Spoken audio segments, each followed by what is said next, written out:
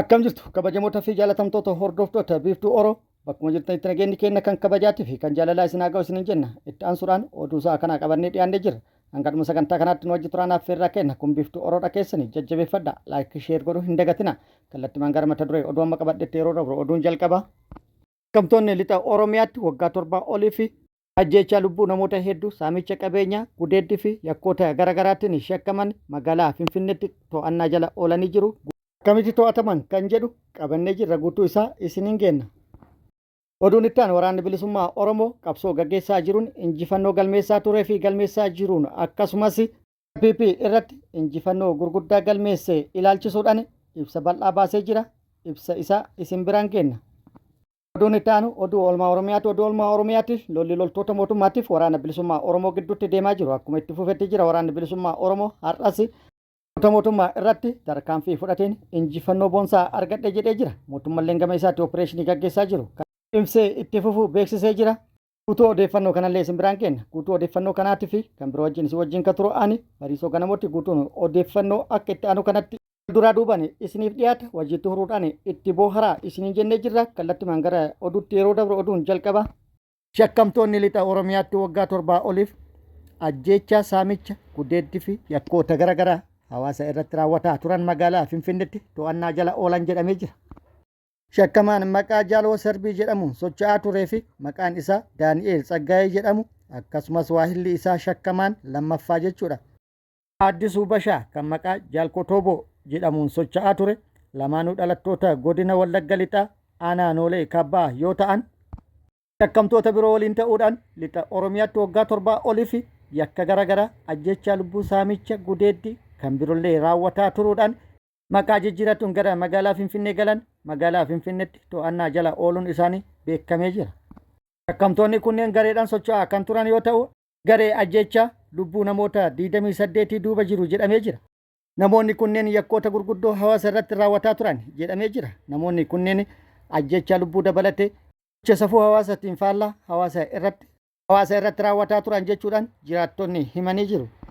Obbo Girmaa Warqinaa godina Wallagga Lixaa aanaa Noolee Kaabbaatti jiraataa yoo ta'an nama maatii isaa waliin qaamota kanneeniin lubbuun isaa darbeedha. Bara 2017 guyyaa tokko keessatti halkan keessaa naannawa sa'a 4 yommuu ta'u shakkamaa Daani'eel Tsaggaayee waahillanii isaa waliin gara mana obbo Girmaa Warqinaa ol seenuun eega ol seenanii booda shakkamaan Daani'eel Tsaggaayee jedhamu kun haadha warraa obbo Girmaatiin nyaata fidi jechuudhaan ajajee nyaannis dhiyaatee fi erga nyaatanii booda itti aansuudhaan mootummaaf odeeffannoo kennita waan ta'eef si ajjeesuuf dhufne jechuudhaan obbo Girmaa Warqinaa ajjeesan. Isa ajjeesanii hin dhiifne haadha warra isallee itti aansuudhaan ajjeesanii jiru. Kana qofattis hin dhaabbanne daa'imman 5 maatiin kun horatan keessa mucaa hangafallee rasaasan haleellaa irratti raawwatuun miidhaa qaamaaf saaxilanii jiru jechuudhaan itti gaafatamaan waajjira nageenyaa fi milishaa aanaa Noolee Kaabbaa obbo Girmaa Mazgabuu BBCtti himee jira. Kana qofaa miti shakkamtoonni kunneen osoo abbaan warraa taa'ee ilaalu haadha warraa isa duratti gudeedanii jiru. Osoo abbaa fi haati taa'anii ilaalan ijoollee durbaa isaanii isaan duratti gudeedanii jiru. Kana qofaa miti nama ukkaamsanii bosonatti fudhatuun nama tokko irratti birrii 400 hanga 500 gaafatuun saamicha raawwataa turan jedhamee jira. Itti gaafatamaa kutaa qorannoo yakka poolisii aanaa Noolee Kaabbaa kan ta'an itti aanaa Inispeektar Lammaa Magarsaa hoggansa garee kanaa keessaa tokko kan ta'e nama maqaan Saamu'eel Caalaa jedhamuu fi maqaa Jaal Imaanaa jedhamuun of waamuun kan socho'aa ture yoo xiqqaate namoota 7 of jalatti gurmeessee qaba jedhee jira.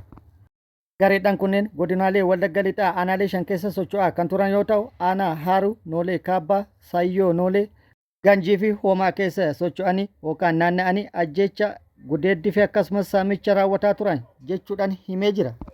Shakkamtoonni kunneen abbaa fi haadha irraa ajjeesanii daa'imni waggaa 1 fi ji'a 2 reeffa hodhaa bulte jechuudhaan. Itti gaafatamaan waajjira nagaa fi milishaa aanichaa obbo Girmaa Mazgabuu shakkamtoonni kunneen guyyaa tokkotti abbaa warraa, haadha warraa, daa'ima isaanii akkasumas keessummaa mana ture waliin namoota 4 ajjeesan jedhuun himee jira.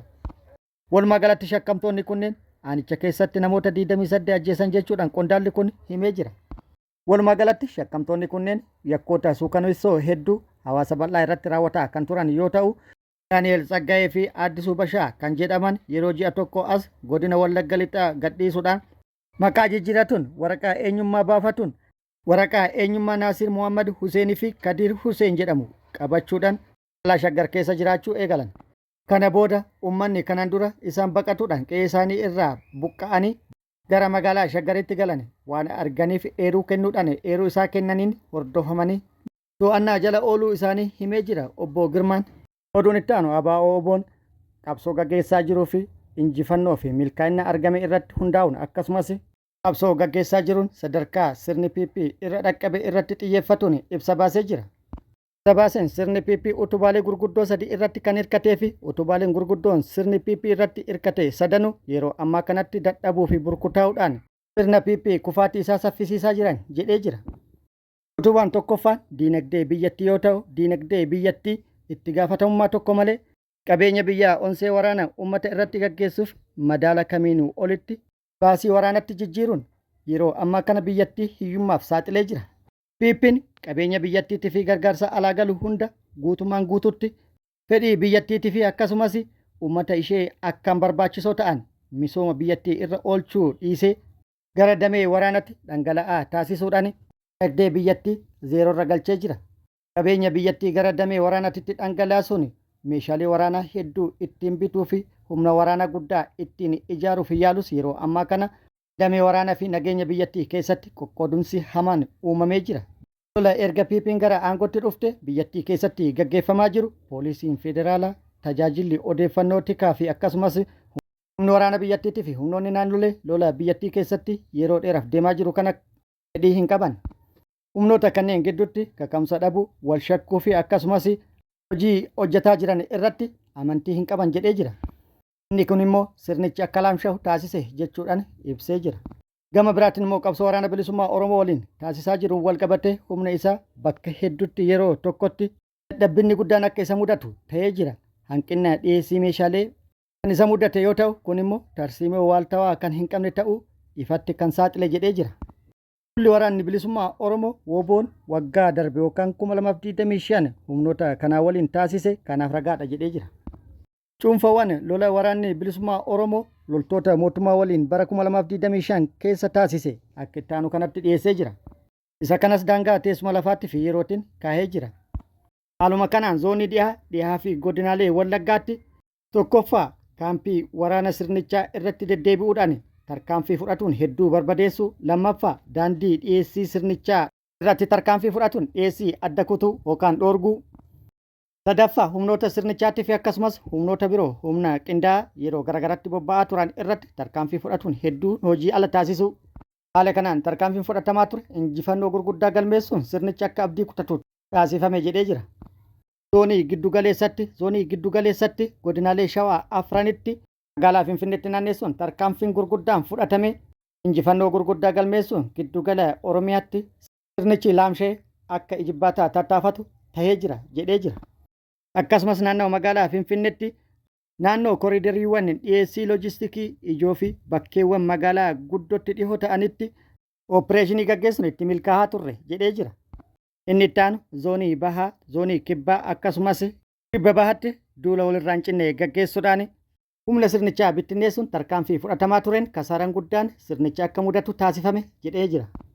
Bara 2015 keessa duula gurguddaa injifannoon gurguddaan itti galmaa'e hedduu gaggeessine jedhee jira. Tokkoffaa duula cichoomina kaayyoo kurmaana tokkoffaa keessa 2025 jechuudha. Lammaffaa duula adda kumaa ebila 2025 duula guyyoota 10 fi aanaalee 50 keessatti yeroo wal fakkaataatti duula bal'aa yeroo wal fakkaataatti gaggeeffameen injifannoon olaanaan galmaa'e jedhee jira. Duulli inni sadaffaan duula itti fufaa kurmaana lammaffaa hanga kurmaana afuraffaa 2025 duula adda addaa kan addaan hin cinne akkasumas saffisa olaanaa qaban kan gaggeeffaman yoo ta'u xiyyeeffannoon duula kanaa immoo caasaalee ajaja diinaa haleeluu, daandiiwwan dhiyeessii dhoorkuu akkasumas tarkaanfiiwwan biroollee hedduun kan fudhataman yoo ta'u kunis milkaa'e jedhee jira. Injifannoowwan amajjii hanga muddee 2025tti galmaa'an tokkoffaa kasaaraan guddaa waraana sirnichaa irratti dhaqqabee jira. Kasaaraa humna waraana mootummaa irratti dhaqqabe gadi xiqqeessine yoo ibsine loltoota sirnichaa maqaa oopereeshiniitiin bobbaafamanii lammiilee dararaa turan saamicha garaagaraa raawwataa turan tarkaanfii irratti fudhatameen 7,500 ol addunyaa kanarraa godaansifamanii jiru. 8,000 ol immoo madoodhaan adabamanii jiru. Kan booji'aman immoo dachaa eda'ama kana lamaanitti jedhee jira. Yeroo kana keessatti tarkaanfii fudhatameen injifannoon inni biroo kan galmaa'e immoo hidhamtoonni siyaasaa hedduun gadi dhiifaman jedhee jira. Waan inni lammaffaa kan sirni PP irratti hirkate waraanni bilisummaa Oromoo jedheen miidiyaa dhuunfachuudha jedhee jira.